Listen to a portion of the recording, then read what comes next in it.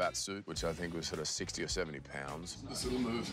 Yeah, that's the shimmy. It feels like everyone in the world has seen at least one Marvel movie, and most of them have a favorite one that they hold near and dear. Disney's flagship comic book movie universe has changed the way that many of us watch movies. With how deeply connected they are, even if you miss one, you could lose a ton of valuable information about their stories. All of the movies are unique and the characters feel so authentic and real, at least on the screen. As today we are looking at what it really looks like behind the scenes and without all of the CGI. Trust me, you won't want to miss some of these. De-aging in Captain Marvel.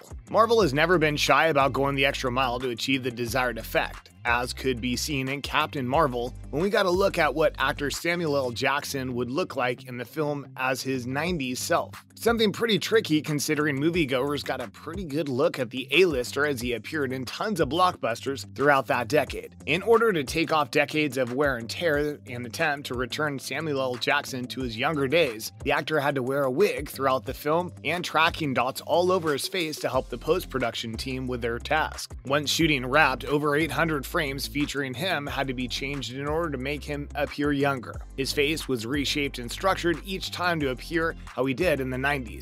Talk about a big undertaking. Thor's weight gain in Avengers Endgame. Chris Hemsworth has been known for his chiseled good looks for a while, which was part of the reason he easily looked the part when he started doing the Thor movies. Marvel seemed determined to flip this on its head, however, when, for story reasons, he gained a bunch of weight in Endgame, looking way different than we had ever seen him before. Unlike Samuel L. Jackson's portrayal as a young Nick Fury, however, Hemsworth sported a bodysuit that was about an extra 70 pounds to lug around all day. He also bit down on a mouthpiece for most of the movie that expanded his cheeks to help him get rid of that strong jaw. There was a bit of CGI put in post-production to make the suit look more natural and act like fat would. But most of it was practical, which I would never have guessed considering how most Marvel heroes aren't even wearing their suits anymore. The big moment in Endgame. Marvel has assembled some of the biggest actors in Hollywood to portray their characters, which has helped bring the characters to life even more using their acting experience. But it has also created quite a few problems too.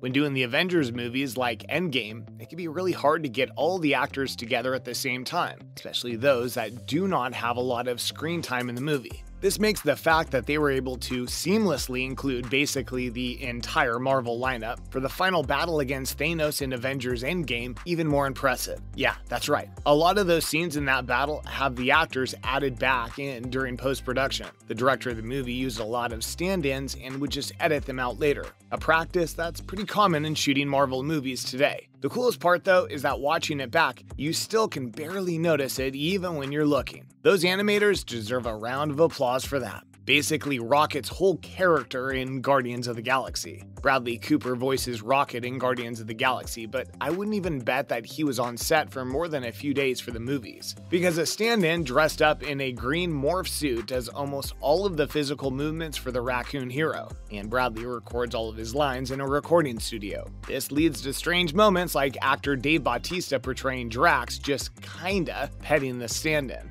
I'm amazed the actors are able to keep a straight face throughout the whole thing, but kudos to them for turning it into one of the sweetest scenes in the whole movie. The original Guardians of the Galaxy had even more weird things to deal with too, as Groot is such a massive character that in order to make sure the cast reached what his eye level was, they basically taped his face onto a stick that they strapped to an actor. How Thanos looked behind the scenes. Josh Brolin played Thanos in Avengers Infinity War and Endgame, but that wasn't the first time that the Mad Titan appeared in the Marvel Cinematic Universe. In Guardians of the Galaxy, he actually looks and sounds quite different, and you can tell how far the technology has come between the two movies. Thanos, being the imposing figure that he is, brought some new challenges for actor Josh Brolin as well, since on top of the picture of Thanos' head strapped from his back to a few feet above him, the actor was also decked out in a mocap or motion capture suit in order to track his movement. For some other scenes, like when he's being held by Thor and delivers the ever-quotable, "You should have aimed for the head," line is a little weird too, as it appears Brolin is wearing a large foam mask with Thanos' face on it. This was most likely just to give Chris Hemsworth some idea about where to look, but still, really goofy to look out of context. Iron Man's suit looks